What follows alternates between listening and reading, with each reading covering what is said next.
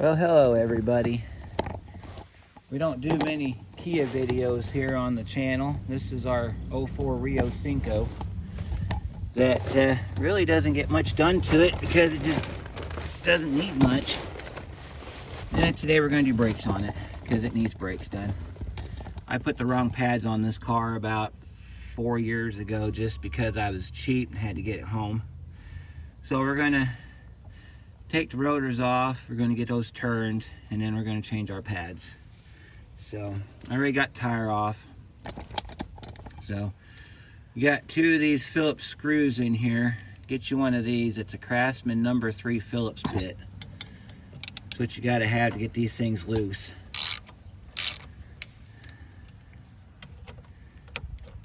And I'm doing the 2-jack method today. I got my first jack on the passenger side underneath the frame, what frame there is. And then on the other side, on the driver's side, I've got my jack underneath the back of the transmission mount.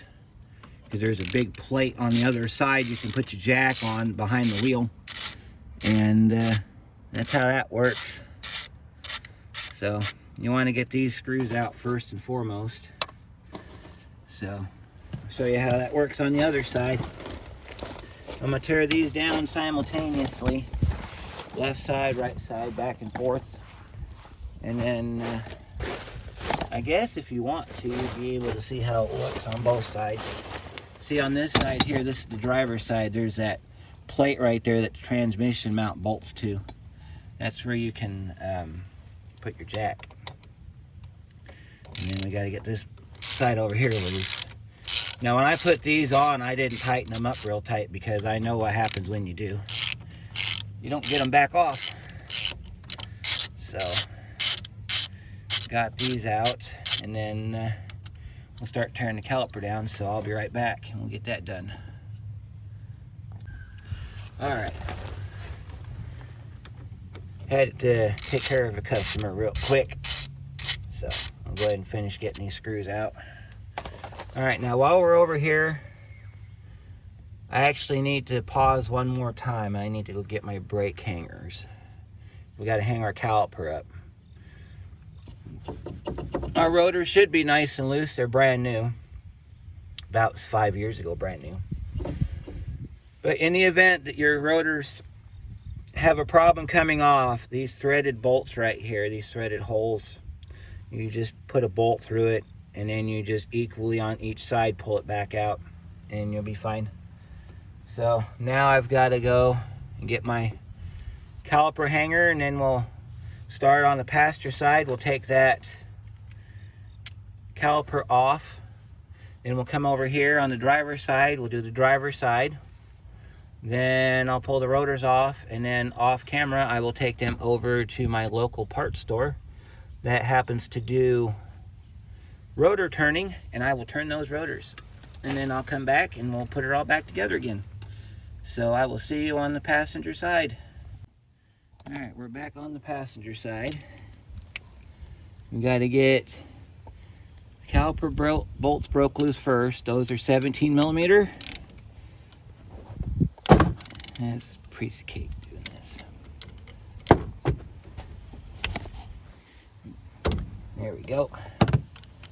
And then the caliper mounts, these up here are also 17. So you only need one socket to do this car. And because I had some forward thinking, I made it so that I could get it back apart. So well, hang on, we'll pull our caliper off first.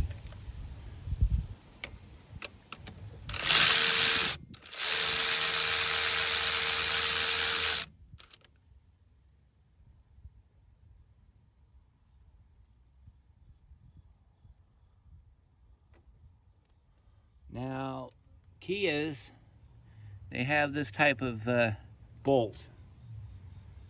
So make sure that you put some grease in them before you put those back in, and I'll show you when we get ready to put it back together.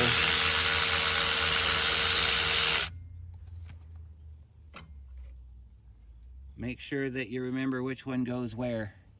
on the passenger side, this one was the bottom.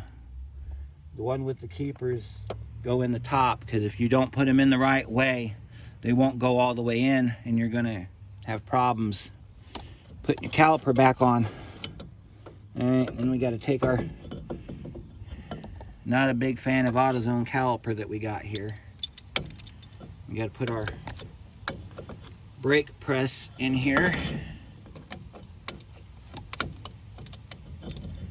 and we got to bump that down with your nose or your whatever you have.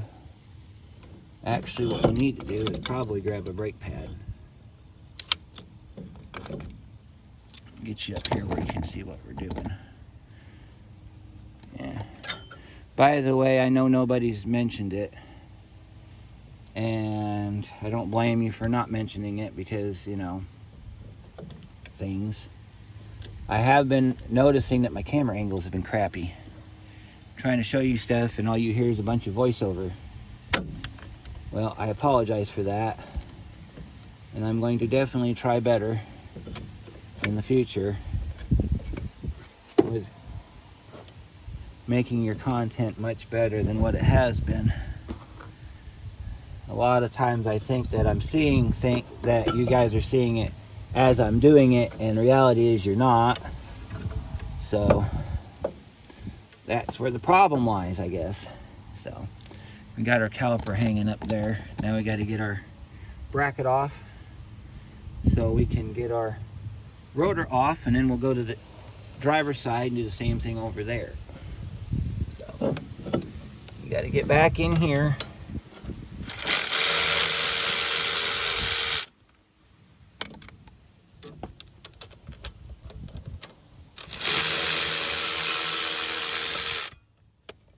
And it's a good idea to let your bracket fall on the ground.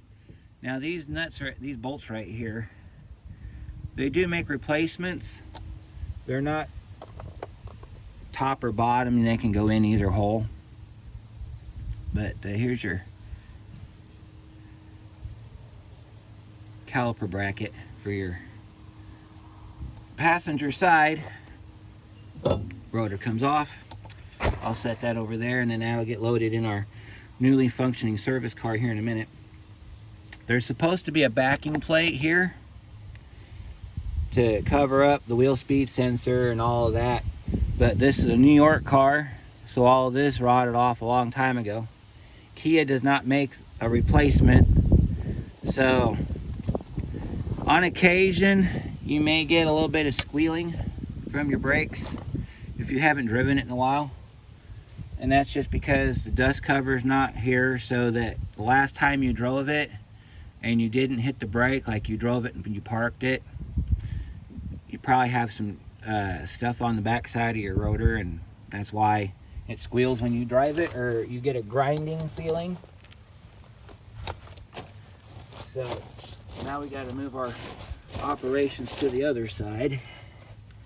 We'll get that rotor off, and then I'll take those and get those turned. Then we'll come back and we'll put it all back together again. This is actually a really easy job. So the other thing you might have noticed is I've got tarps down on the ground. If you've seen it in one of the shots, or I've got tarps on the ground. It kind of makes it easier for you to do this job or any job, because then you've got your tarp laid out, you got all your parts laid out, you know where everything's at, so you don't have to go digging through your dirt to find it like I do sometimes. So on this side we got to go that way. So yeah, you got to go the way the wrench takes you. Ow! Yeah, that hurt. That hurt. Took skin off my finger. I was figuring that the car would be attacking me at one point today, and it finally has. I don't like how they put that right there behind that bolt. See if we can do this one a little differently. We're going to go at it from the bottom here.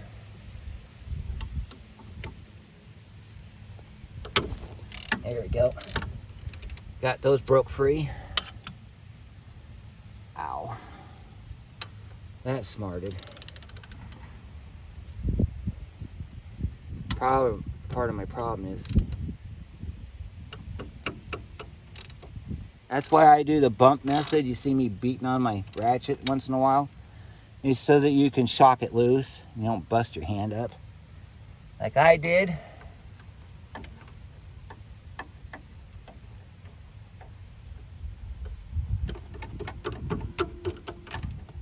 It's easier to do it that way than it is to. And some people beat it with a hammer. And some of these cars, you don't have room to get a hammer in there, so you just got to kind of do like I do and smack it. But I sometimes will do the long pull, and you see what happens when you do the long pull. You bust your finger open.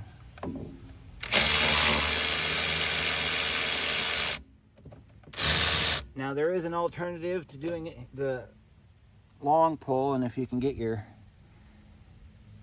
steering wheel turns,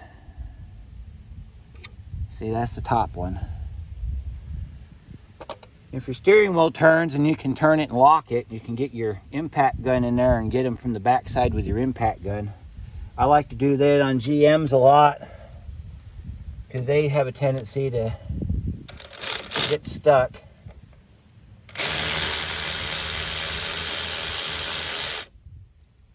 So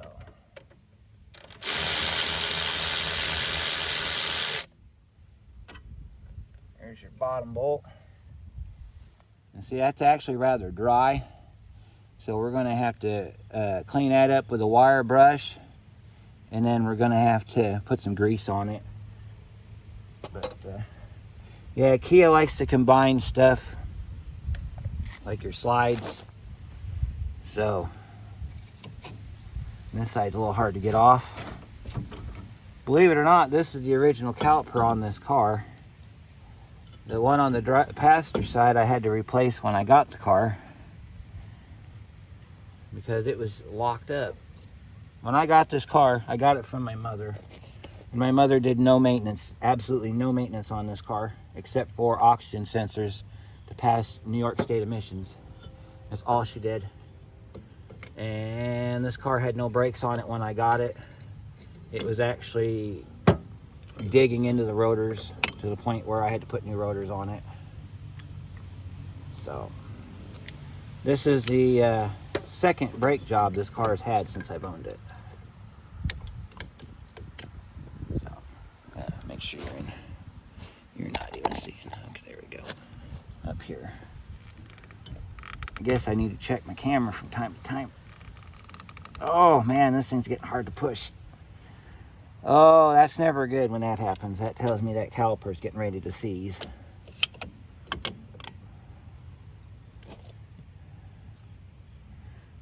And you see that we still have a lot of pad left. I'm changing these out because, like I said earlier, they're the wrong pads. They're semi-metallic and this car should have ceramic pads. Even though it just goes back and forth to work.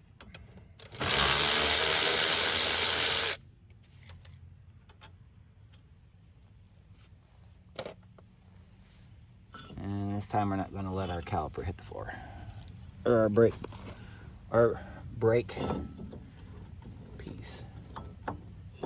See, I'll take the rotor off. And we can rotate the axle shaft. It actually does feel a little crunchy. Oh, yeah, it does. I don't want to do bearings on this car. Yeah, you can feel every ball in there, and you're not supposed to do that. All right, let's check the other side.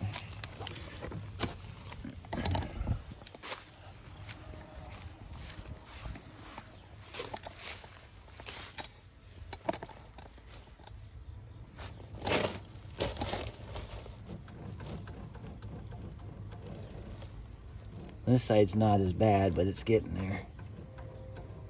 All right, well, that's another day's job.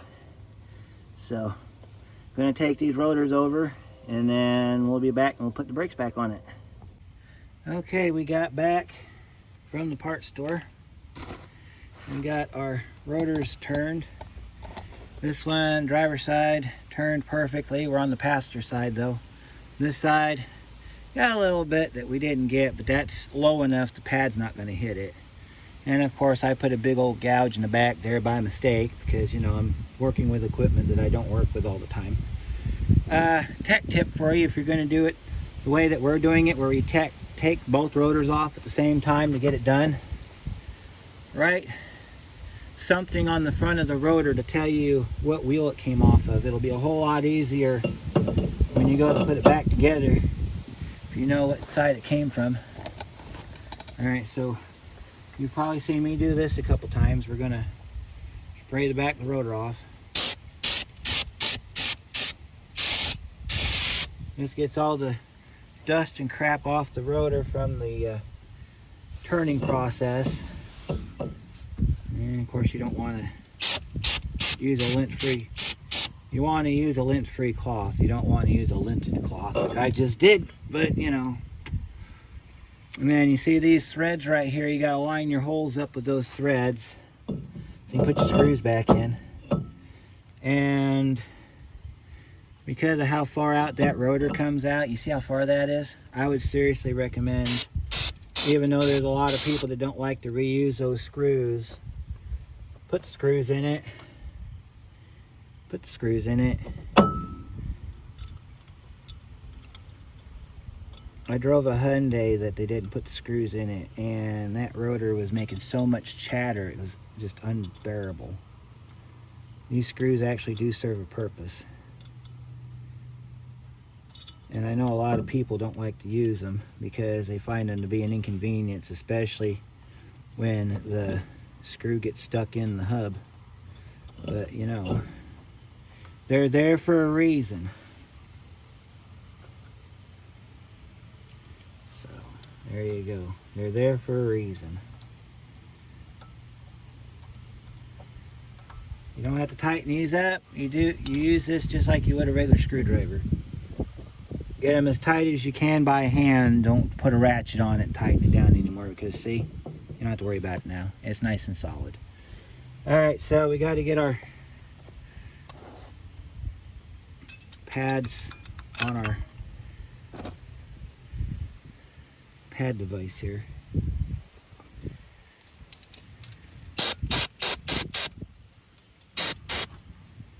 Clean these out real quick. I didn't get the kit that had the hardware in it. Didn't think about it. Because, you know, the only time I really change the hardware, unless the customer specifies they want it done, is if it's broke. If the tabs are broke off or it falls off and it won't stay on, then I'll replace it. But if it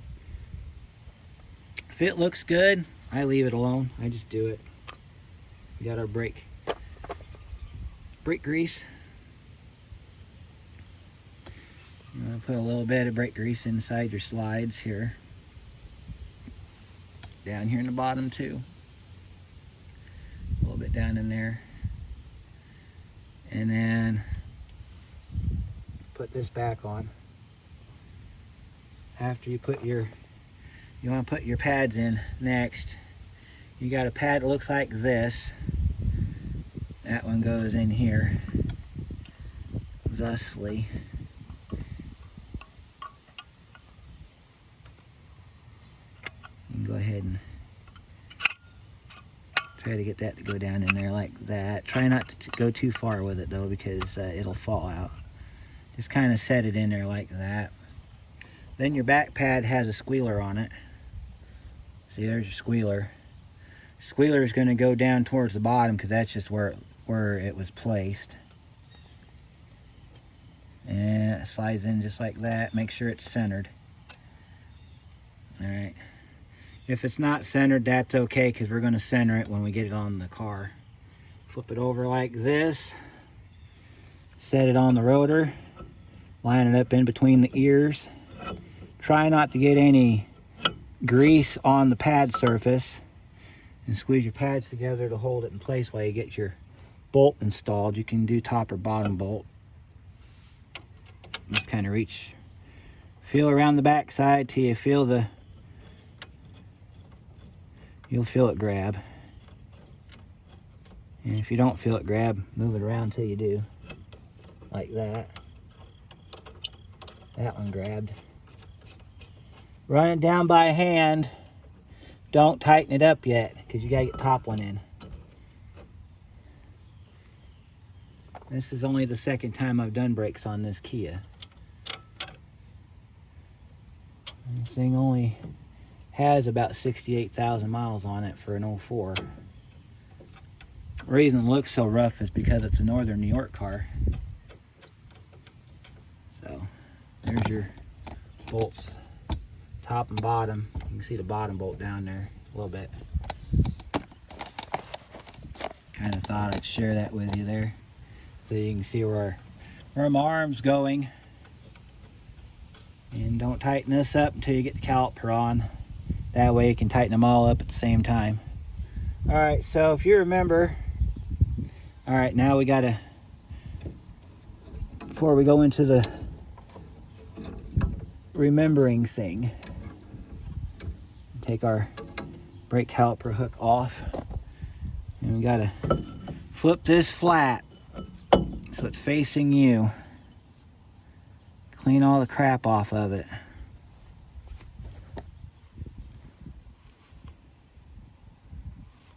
Alright. And you take your grease, put some grease around the piston face, like this. You can't see nothing that I'm doing here. Alright, put it around the piston face. And then you want to put some on the tabs on the front of the caliper. These tabs right here.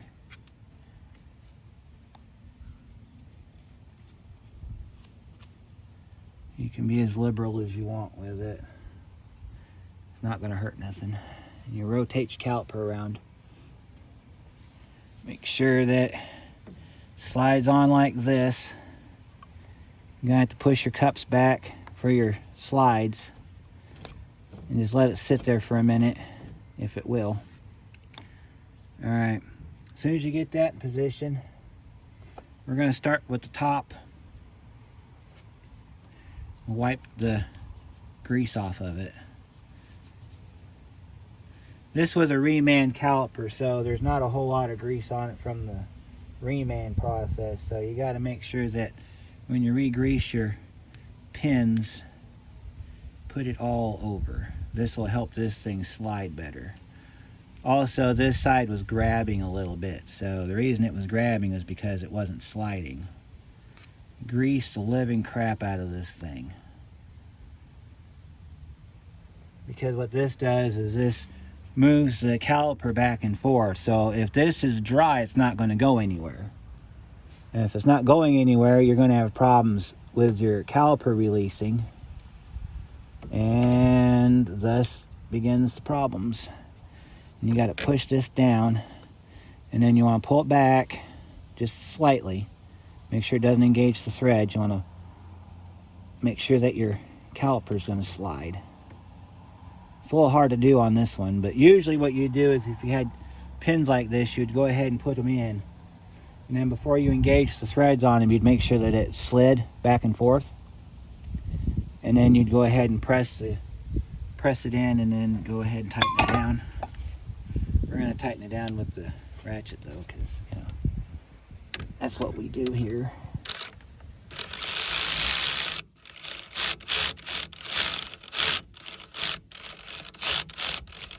Don't tighten it up. Not until you're done. Alright, now you got to do the bottom pin. Of course, this one's got garbage on it, so we're going to wipe the garbage off. They put some sort of moly grease on here, and I don't think you're supposed to do that. Get it all nice and shiny. And just like we did on the top pin, we're going to grease the crap out of it. See that? Make sure it's all greased up.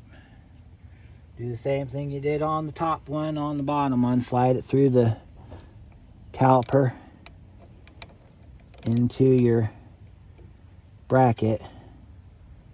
Make sure that it slides in okay. Roll it back and forth. Let me show you what I'm doing here. I'm moving this pin back and forth inside this bore in here to make sure that it doesn't get stuck. You know, you kind of hear it sucking a little bit. It's supposed to do that. And then you want to go ahead and get your thread started.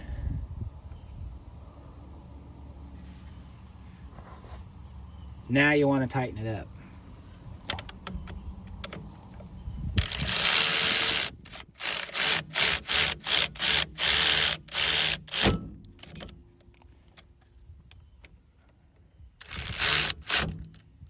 Alright.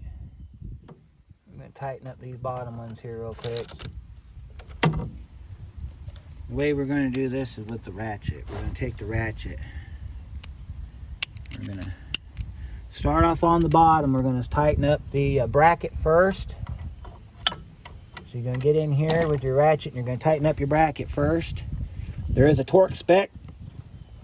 Not sure what it is. I just go as tight as I can get it without breaking the heads of bolts off. Because these are New York bolts now, and so, you know, you got to be careful. And then you got another bolt over here you got to get. I think I got it already. Yep, that one's gotten. Let me get this top one here. Alright, and then we got to get this one here. There's no need for anti-seize on any of these. I know some guys, I'm one of them, we like to go nuts on the anti-seize, and this one you don't need to. So this side's done. I can come back through and put the tire back on. So I'm going to switch to the other side and I'll be right with you. Alright, we're on the driver's side now. Earlier in the video I mentioned something about bearings. I'm going to do bearings on this car. It won't be in this video though, it'll be a separate video all its own. Because I've never done bearings on a Kia. So I'm not exactly sure what we're going to come across when we do it. So if anybody has ever worked on a Kia that has done these front wheel bearings and would like to give me a little insight as to what we're about to encounter, you can go ahead and send me an email at ranger.auto.repair@gmail.com. If you have any diagrams as to what I'm going to be looking at when I take this apart, that'd be great too. You know, kind of help us out a little bit. So anyway, we're putting the driver's side together. Got to make sure that our bolts line up. I went ahead and ordered an inner and outer wheel seal and the bearing and the hub. The reason I did that is because, like I said, this is a New York car. And if I don't have to take this spindle apart to change that bearing out, I will be so happy. From what the wheel bearing looks like, it looks like a regular bearing like you'd put in an older car. It looks like a truck bearing, to be honest with you. Truck bearings, if you haven't done a truck before, you basically have the castle nut, and then you have a flat washer, and then you have a roller bearing. I think that's what it is, a roller bearing, and then you have the race that goes around the outside, and then you have two of those, and then you have a seal, an inner and an outer seal, and that's what it looks like according to the information that I found online. That's what it looks like that we're doing here. So, but like I said, I've never done them before, so we'll be learning together. I do know it requires the use of a slide hammer. That much I do know. Beyond that, I'm in the dark. So, all right, we got to get our bracket ready here.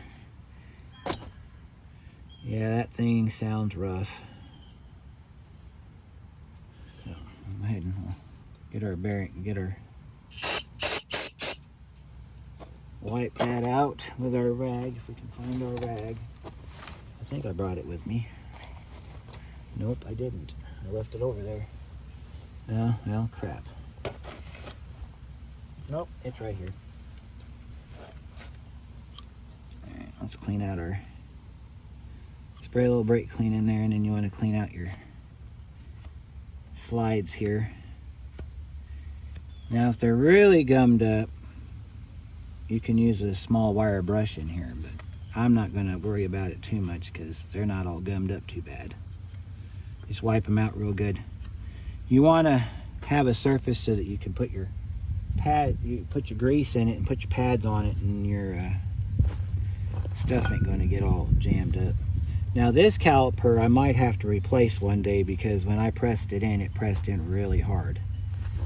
So might have to put a caliper on this one day. But for right now, it's not locking up.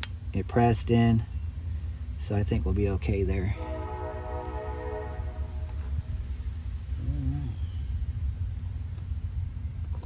We'll do the back pad first. So it sits like this. Put your back pad in like this. Try not to get crap on your pad, or at least on the surface of the pad. You just want to gently rock these in to where they're sitting on the end like that. You see that real good. Slide your other one on same way. Try not to get crap on your pad surface. So that's the other thing too. If you get a hardware kit and you go to put this together, my experience has been with every single hardware kit I've ever used, they are a huge pain to put these back together with. It's like the hardware kit is like, I realize it's made for many different cars, but for some reason your pads don't want to fit inside it. So if the old hardware is good, I'm going to just go ahead and use it. No sense tearing it apart if you don't have to. Just like when I have to put shocks on this car, I got to tear all this apart. You see the ugly here? Let me show you the ugly. Can you see that? That's what New York does to your car. I don't know if this is a New York car since 2004 and I saved it in 2016 or not, but can you imagine how hard that is going to be to get those off when I have to put shocks on this car? More or less, if I ever have to change this spindle, how much of a pain that is going to be. This is one of those cars, if you haven't figured out yet, there's a few of us out there that have never owned a Kia Rio, me being one of them. But I learned real quick, get used to the phrase, no longer made. There's none in the world. Things of that nature. Because I'm going to tell you something, you can't even find these in a damn wrecking yard. There's none. I've looked everywhere around my area. I can't find a single one. Can't even get them on Marketplace. I was gonna buy one of these for parts so I can rebuild this one. Can't even get one for parts. Apparently these cars were either hated really badly or loved so much that those people that have them, they keep them.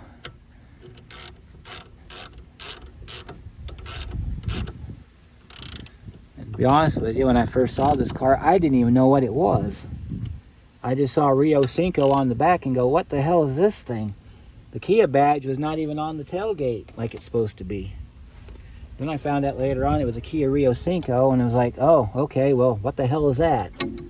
So I've been doing my own research on these cars, so far I don't like them. I mean, they're a blast to drive. If you ever get the chance to drive one, go ahead and do it. But maintenance ain't too bad either. Parts though, that's where they get you. Parts for these cars are really hard to come by. Door parts, engine parts aren't too bad because it shares the same engine that Hyundai used. This 1.6 that's in this car, that's the same engine they used in the Hyundai Accent and the Hyundai Elantra.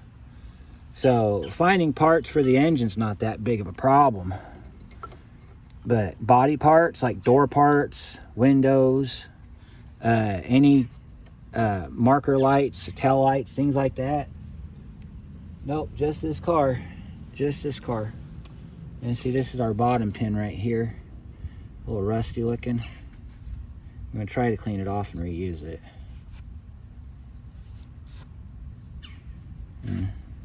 I should put this on the wire wheel, but I'm not going to. Goober it up real good. I think we'll be fine.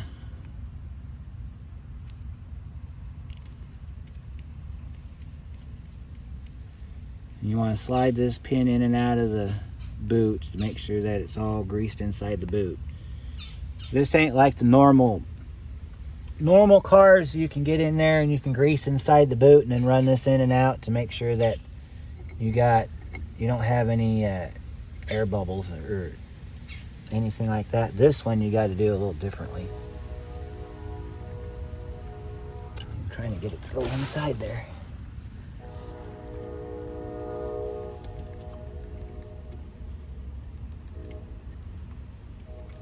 Alright. Although these cars, fun fact, I was just thinking of this, shares the same transmission with the Ford Escort. The 96 to 03 Escort uses the same transmission that this car does. Only difference, here's your top one by the way. The only difference between the two is how it bolts to the engine. The bell housing part of it. The internals are the same. So, something to think about there. And this takes the same size tire, same bolt pattern, and if you have an old set of Escort wheels and you want to put them on your Kia, you can, because I've done it. Looks weird, but you can do it. Slide your pin in the top here. You want to kind of rock it back and forth like this. This is what I was trying to do on the passenger side. And then you want to grab your ratchet and zip these bolts down. And once that's done, we're done. You don't see, you know how to take tire on and off, so I don't need to show you that.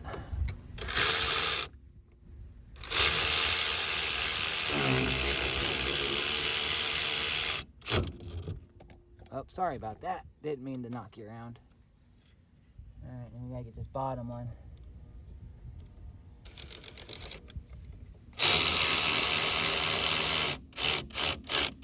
Ah! Good thing I moved my hand. This thing gets violent.